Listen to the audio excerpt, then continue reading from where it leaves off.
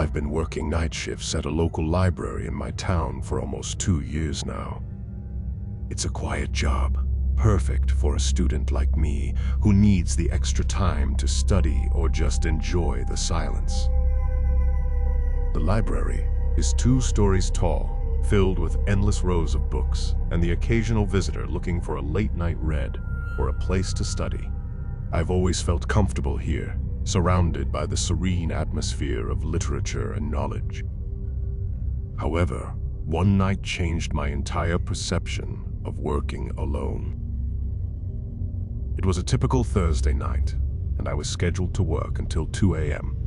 The evening started off as usual, with a few patrons scattered around, immersed in their books or laptops. By midnight, the last visitor had left, leaving me completely alone in the building. I decided to use this quiet time to organize some returned books and update the inventory system. As I was working in the back room, I heard the sound of the front door creaking open. This was odd because I was certain I had locked it after the last patron left. Thinking someone might have stayed behind and was now leaving, I walked out to check, but found no one. I shrugged it off, assuming I had misheard the noise as something else, maybe the building settling. I went back to my work, but couldn't shake off a feeling of uneasiness. The library, usually a place of comfort, now seemed eerily quiet. I tried to focus on my tasks, but the silence felt oppressive. About an hour later, as I was shelving some books on the second floor, I heard a faint sound that seemed like footsteps coming from the floor below. I stopped and listened carefully, but the sound had stopped as suddenly as it had started. Curiosity got the better of me, and I decided to investigate. I quietly made my way down the stairs, trying to make as little noise as possible. The ground floor was dimly lit by the emergency exit signs, casting long shadows across the room. As I reached the bottom, I heard the sound again, this time more clearly. It was definitely footsteps, but they seemed to be moving away from me, towards the back of the library where the archives were stored. Feeling a mix of fear and determination, I followed the sound, keeping a safe distance. When I reached the archive room, the door was slightly ajar, which was unusual since I always kept it locked due to the valuable and rare collections stored inside. I pushed the door open slowly, peering inside, but saw nothing out of the ordinary at first glance. Just as I was about to turn back, convinced my mind was playing tricks on me, I heard a rustling sound from one of the aisles. I cautiously approached, and that's when I saw him. A man crouched down, rummaging through one of the lower shelves. He hadn't noticed me yet, so I took a step back, unsure of what to do next. My first instinct was to confront him, but I quickly realized how dangerous that could be, being alone with no immediate help available. Instead, I quietly retreated and locked the archive room from the outside, trapping him inside. I then rushed to the nearest phone to call the police. It felt like an eternity before they arrived, but in reality, it was only a matter of minutes. When they did, I led them to the archive room. The man was still inside, and it turned out he was a known thief, specializing in rare books and manuscripts. He had been on the police radar for a while, and I had just inadvertently helped catch him. The aftermath of the incident left me shaken. The thought of being alone in the library with a criminal was terrifying. I learned later that he had picked the lock to get in, knowing that the library housed valuable items. If I hadn't heard him when I did, he might have gotten away with irreplaceable pieces of history. Since that night, I haven't been able to work the night shift alone. The library now ensures that there are always at least 2 staff members present at all times. The experience has stayed with me, turning every shadow into a potential threat and every noise into a cause for alarm. It's a night I'll never forget. A true horror story in the place I least expected it.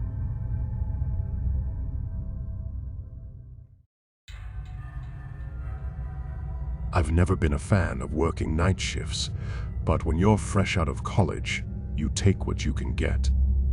So, there I was, employed as a security guard at an old warehouse on the outskirts of town. The warehouse was used to store various goods before they were distributed to local businesses. It wasn't exactly a thrilling job, but it paid the bills. Most nights were uneventful, just me making rounds, ensuring all the entrances were secure and everything inside was as it should be. However, one particular night turned my mundane job into something straight out of a horror story. It started off like any other shift. I arrived at 10 p.m., settled into the small security office with my cup of coffee, and prepared for a long night ahead. The first few hours passed without incident. I made my rounds, checked the cameras, and occasionally browsed the internet to pass the time. It was around 2 a.m. when things took a turn for the worse. I was sitting in the office, eyes half closed, when a sudden movement caught my attention on one of the security monitors. It was one of the cameras pointed towards the loading docks at the back of the warehouse. I leaned forward, squinting at the grainy footage, trying to make out what had caused the movement. That's when I saw it. A figure moving just at the edge of the camera's vision. It was hard to make out details, but it looked like a person. My first thought was that it could be a homeless person seeking shelter or maybe a thief. Either way, I knew I had to investigate. I grabbed my flashlight and radio, then made my way towards the loading docks. The warehouse was eerily quiet, with only the sound of my footsteps echoing through the vast, empty space. As I approached the docks, a sense of unease washed over me. The back door, which I had checked and locked earlier, was now slightly ajar. Heart racing, I pushed the door open and stepped outside.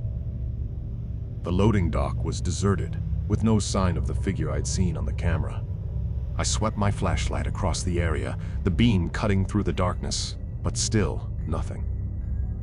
Deciding it was best to do a thorough check, I started to walk around the perimeter of the building. That's when I heard it. A soft, almost inaudible whisper coming from behind one of the storage containers near the docks. I stopped in my tracks, listening. There it was again, a whisper, followed by a faint giggle. It sounded like a child's voice, which was utterly impossible. There was no way a child could be out here in the middle of the night, let alone inside a locked warehouse. Curiosity mixed with a growing fear, I approached the container, flashlight held out in front of me. As I got closer, the whispering stopped. I called out, asking if anyone was there, but received no response. With a deep breath, I rounded the corner of the container and found nothing. Confused and increasingly frightened, I checked the area again, but it was clear. The whispering had stopped, and I was alone. Shaken, I hurried back inside, locking the door behind me. I returned to the security office, intending to review the camera footage again to see if I had missed anything. However, as I sat down and switched to the camera covering the loading dock, the screen flickered and went blank. I tried to switch to another camera, but it was the same story. One by one, every camera feed cut out, leaving me blind. Panicking, I grabbed the radio, intending to call for help, but all I heard was static. It was then that the whispering started again, this time inside the office with me. I spun around, flashlight cutting through the darkness, but there was no one there. The whispering grew louder, surrounding me, until suddenly it stopped. In the silence that followed, I was frozen, too afraid to move. Then, the office door slammed shut by itself, and I was plunged into darkness as the lights flickered out. I don't remember how long I stood there in the pitch black, heart pounding. But eventually, the lights flickered back on, and the whispering was gone. The camera feed slowly returned, showing empty rooms and silent hallways. I spent the rest of the night in the office, too terrified to leave until my relief arrived in the morning. I reported what happened, but no one believed me. They said it was a technical glitch with the cameras and radios, and the rest was just my imagination. But I know what I heard and saw. I never worked another night shift again after that, and to this day the sound of whispering fills me with an indescribable fear. That night at the warehouse was a horror story I lived through, and one I'll never forget.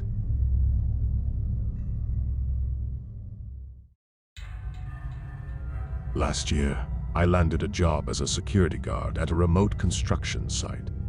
It was supposed to be a straightforward gig: patrol the site, keep an eye on the equipment, and make sure no one trespassed on the property after hours.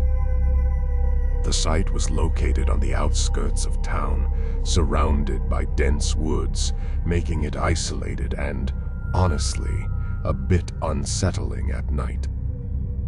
One night, something happened that still sends shivers down my spine, not because it was supernatural, but because it was all too real.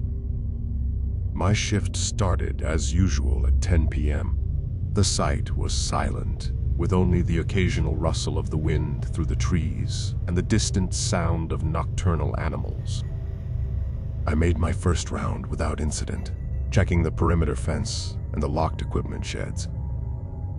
Around midnight, I settled into the small on-site trailer that served as a makeshift office. I had just poured myself a cup of coffee when I heard a noise outside, something moving through the gravel at the edge of the site. Assuming it was a stray animal, I grabbed my flashlight and stepped outside to take a look. What I found was not an animal. Instead, I saw footprints in the soft earth near the fence. A clear sign that someone had been there recently. Following the trail, I noticed that it led towards one of the storage containers that held some of the more valuable tools and machinery. My heart started to race as I realized this could be a break-in attempt. I approached the container quietly, listening for any sounds. That's when I heard it, the faintest whisper of metal against metal, someone trying to pick the lock. I flicked on my flashlight, aiming it at the figure hunched over the lock. A light startled him, and he turned, a masked intruder, dressed all in black. For a moment, we both froze, caught in the standoff. Then, the intruder bolted, running towards the fence. Acting on instinct, I gave chase. Despite the darkness and the uneven ground, I managed to catch up to him just as he was about to climb over the fence. I tackled him to the ground, struggling to keep him pinned until I could get my radio and call for the police. The police arrived within minutes, taking the intruder into custody. It turned out he was part of a group that had been targeting construction sites in the area, stealing equipment to sell on the black market. My actions that night had helped catch a criminal who had been eluding the authorities for months. After that night, the company increased security at the site, installing better lighting and surveillance cameras. As for me, I was commended for my bravery, but the incident left me with a heightened sense of vigilance. The realization that danger could appear at any moment in the most mundane of settings was a sobering thought. It was a night I'll never forget, a reminder of the reality that sometimes the scariest encounters are with other humans, not the supernatural.